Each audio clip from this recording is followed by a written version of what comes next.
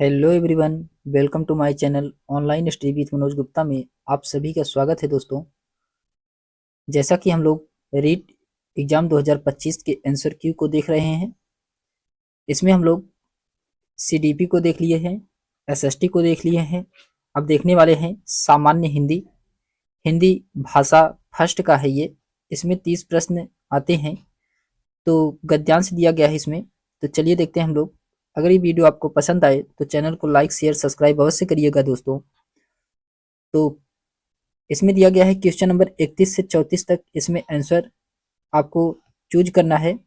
दिया गया है कि बहुत समय पहले एक मनुष्य ने आकस्मिक दो पत्थरों को इकट्ठा कर रगड़ा और आग पैदा की। इस प्रकार से उसने एक लाभदायक खोज की, परंतु हम लोगों इस मनुष्य का नाम नहीं जानते हैं। मनुष्य एक बेघर विचरने वाला प्राणी था, जो कि अपने खाने की खोज में एक स्थान से दूसरे स्थान जाता रहता था। किसी ने खेती-बाड़ी की खोज की, अब उसे कोई दुख नहीं रहता। इससे मनुष्य के रहने के ढंग में एक नया महान परिवर्तन आया। वह एक किसान बन गया और अपने खाने के लिए अनाज उगाने लगा। अब उसे भोजन की खोज में इधर-उधर भटकने की आवश्यकता नहीं थी।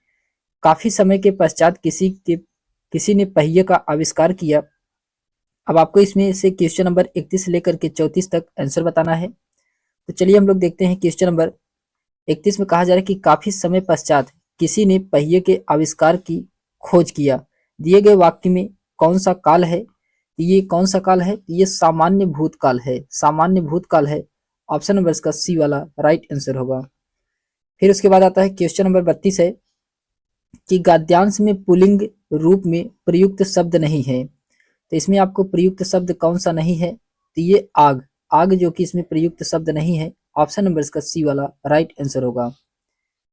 ये पुल्लिंग नहीं है। फिर उसके बाद आता है क्वेश्चन नंबर 33 है कि निम्नलिखित में से सदैव बहुवचन में प्रयुक्त होने वाला विकल्प कौन सा है?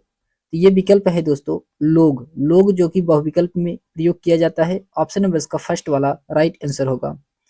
फिर उसके बाद आता है क्वेश्चन नंबर 34 है कि गद्यांश में प्रयुक्त बेघर शब्द का अर्थ क्या है? तो बेघर शब्द का अर्थ होता है दोस्तों जिसके पास कोई घर ना हो। ऑप्शन नंबर इसका बी वाला राइट आंसर होगा। फिर उसके बाद आता है क्वेश्चन नंबर 35 है कि वस्तुनिष्ठ परीक्षा हेतु स्टेनले और रॉस के अनुसार परीक्षा के निर्माण में कितने सोपानों का अनुसरण किया जाता है? तो इसमें सोपानों का अनुसरण 4 सोपानों का अनुसरण किया जाता है। ऑप्शन नंबर इसका बी वाला राइट आंसर होगा। आप लोग अपनी बुक से मिला लीजिएगा कि कौन सा आपका बुकलेट नंबर है। फिर उसके बाद आता है इसमें क्वेश्चन नंबर 36 है कि निम्नलिखित में से लोकयुक्ति क्या है? तो ये लोकयुक्त है दोस्तों अरहट की ठट्टी गुजराती ताला। ऑप्शन नंबर इसका बी वाला राइट आंसर होगा। फिर उसके बाद आता है क्वेश्चन नंबर 37 है कि मौन वचन के लिए उचित कथन है। तो मौन वचन के लिए उचित कथन कौन सा है? तो मौन वचन स्थूल व सूक्ष्म दो प्रकार के अध्ययन में सहायक होता है। ऑप्शन नंबर इसका बी वाला राइट आंसर होगा। फिर उसके बाद क्वेश्चन नंबर 38 है कि निम्नलिखित में से संज्ञा पदबद्ध का उदाहरण है। तो संज्ञा पदबद्ध का उदाहरण इसमें भारत के प्रधानमंत्री, ये जो कि संज्ञा पदबद्ध के उदाहरण है। ऑप्शन नंबर इसका ए वाला राइट आंसर होगा।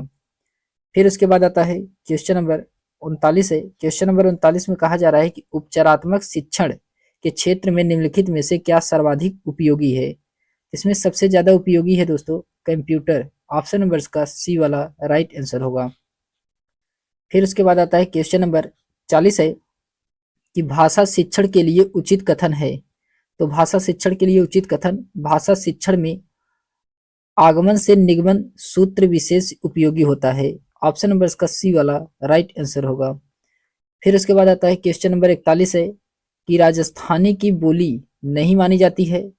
ये जो कि मैथिली ये राजस्थानी की बोली नहीं है, जबकि मालवी, मेवाती और बागड़ी ये राजस्थानी की बोली है। ऑप्शन नंबर इसका बी वाला ही राइट आंसर होगा।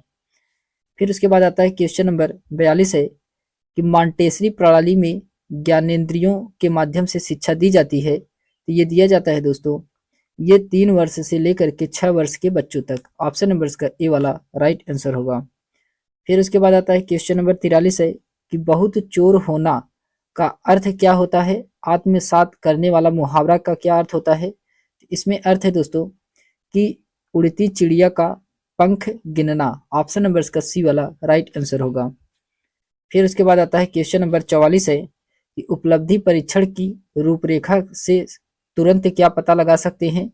इसे विषय वस्तु का अंकन विभाजन किया जा सकता है, लक्ष्य निर्धारण का मापन भी किया जा सकता है, लक्ष्यों के महत्व की प्रतिशत भी ज्ञात किया जा सकता है। तो उपरोक्त में से इसमें सभी सही हैं। ऑप्शन नंबर इसका डी वाला राइट आंसर होगा। फिर उसके बाद आता है क्वेश्चन नंबर 45 है कि किसी के द्वारा कही गई बात को ज्यों का त्यों लिखना जानने पर निम्नलिखित में से लगाया जाने वाला विराम चिन्ह क्या होता है? तो विराम चिन्ह ये होता है उद्धरण चिन्ह। उद्धरण चिन्ह होता है ऑप्शन नंबर इसका डी वाला राइट आंसर होगा। फिर उसके बाद आता है क्वेश्चन नंबर 46 है कि भाषा शिक्षण का संबंध केवल ज्ञान प्रदान करना है, सूचनाएं प्रदान करना मात्र नहीं, बल्कि भाषा सीखने वाले कोई 4 विधि कौशलों की दक्षता बनाने, जैसे सुनना, बोलना, पढ़ना, लिखना, ये सभी 4 कौशल हैं। तो ये उपयुक्त परिभाषा दी गई है। तो ये किसके द्वारा परिभाषा दिया गया है? तो ये रॉबर्ट लाडो के द्वारा दिया गया है। रॉबर्ट लाडो के द्वारा। ऑप्शन नंबर इसका फर्स्ट वाला राइट आंसर होगा। फिर उसके बाद आता है क्वेश्चन नंबर 47 है कि राजा नगर में आए, उपयुक्त वाक्य का प्रकार बताइए।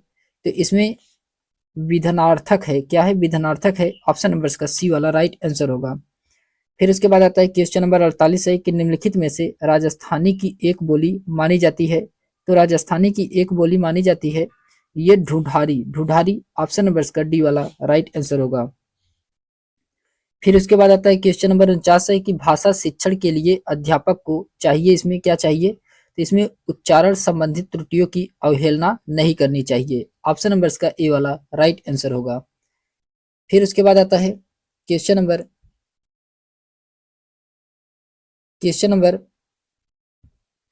50 है।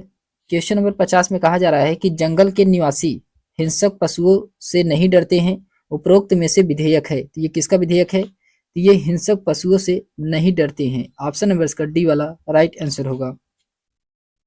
फिर उसके बाद एक गद्यांश दिया गया है आपको क्वेश्चन नंबर 51 से 58 तक इसमें बताना है। आप अपने अनुसार पढ़ करके मिलान करा सकते हैं। क्वेश्चन नंबर 51 में कहा जा रहा है कि निम्नलिखित में से कौन से समूह के सभी शब्द वस्त्र के पर्यायवाची शब्द है? तो वस्त्र के पर्यायवाची शब्द इसमें पट, चीर, अंबर, वसन, ये सभी क्या है? वस्त्र के पर्यायवाची हैं। ऑप्शन नंबर इसका बी वाला राइट आंसर होगा। फिर उसके बाद आता है क्वेश्चन नंबर 52 है कि भारतीय शब्द में प्रत्यय है। तो भारतीय शब्द में प्रत्यय क्या है? तो ई प्रत्यय है। ऑप्शन नंबर इसका सी वाला राइट आंसर है। क्वेश्चन नंबर 53 है कि विष्णु की उपासना करने वाला वाक्यांश के लिए एक शब्द है। तो इसमें वैष्णव, वैष्णव जो कि विष्णु की उपासना करने वाला वाक्यांश के लिए एक शब्द है। ऑप्शन नंबर इसका डी वाला राइट आंसर होगा। फिर उसके बाद आता है क्वेश्चन नंबर 54 है कि परिश्रम शब्द में उपसर्ग है। तो परिश्रम शब्द में उपसर्ग परि है। परि उपसर्ग है। ऑप्शन नंबर इसका डी वाला राइट आंसर होगा। क्वेश्चन नंबर 55 है कि निम्नलिखित में से जातिवाचक संज्ञा है। तो जातिवाचक संज्ञा ये क्या है? ये है दोस्तों कृषक, जो कि जातिवाचक संज्ञा है। ऑप्शन नंबर इसका सी वाला राइट आंसर होगा। फिर उसके बाद आता है क्वेश्चन नंबर 56 है कि निम्नलिखित में से सन्यासी शब्द का विलोम क्या है? तो सन्यासी शब्द का विलोम गृहस्थ होता है। ऑप्शन नंबर इसका सी वाला राइट आंसर होगा। फिर उसके बाद आता है क्वेश्चन नंबर 57 है कि तल्लीन शब्द का सही संधि विच्छेद होगा। तो तल्लीन शब्द का सही संधि विच्छेद तत् धन लीन होता है। ऑप्शन नंबर इसका बी वाला राइट आंसर होगा।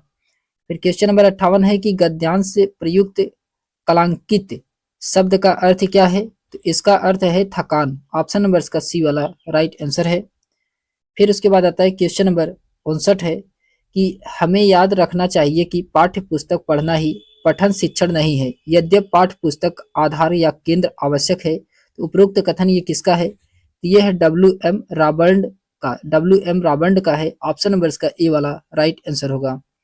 फिर उसके बाद क्वेश्चन नंबर 60 है कि हार्वर्ड उपागम के 4 पदों में पंचपद प्रणाली में बदला गया है। तो ये बदला गया है दोस्तों जिलर के द्वारा। जिलर के द्वारा। ऑप्शन नंबर इसका बी वाला राइट आंसर होगा। तो हम लोगों ने हिंदी के क्वेश्चन के आंसर को देखे हैं। इसके आगे हम लोग नेक्स्ट वीडियो में देखेंगे दोस्तों। तो आज के लिए बस इतना ही। हम मिलते हैं नेक्स्ट वीडियो में, तब तक के लिए धन्यवाद।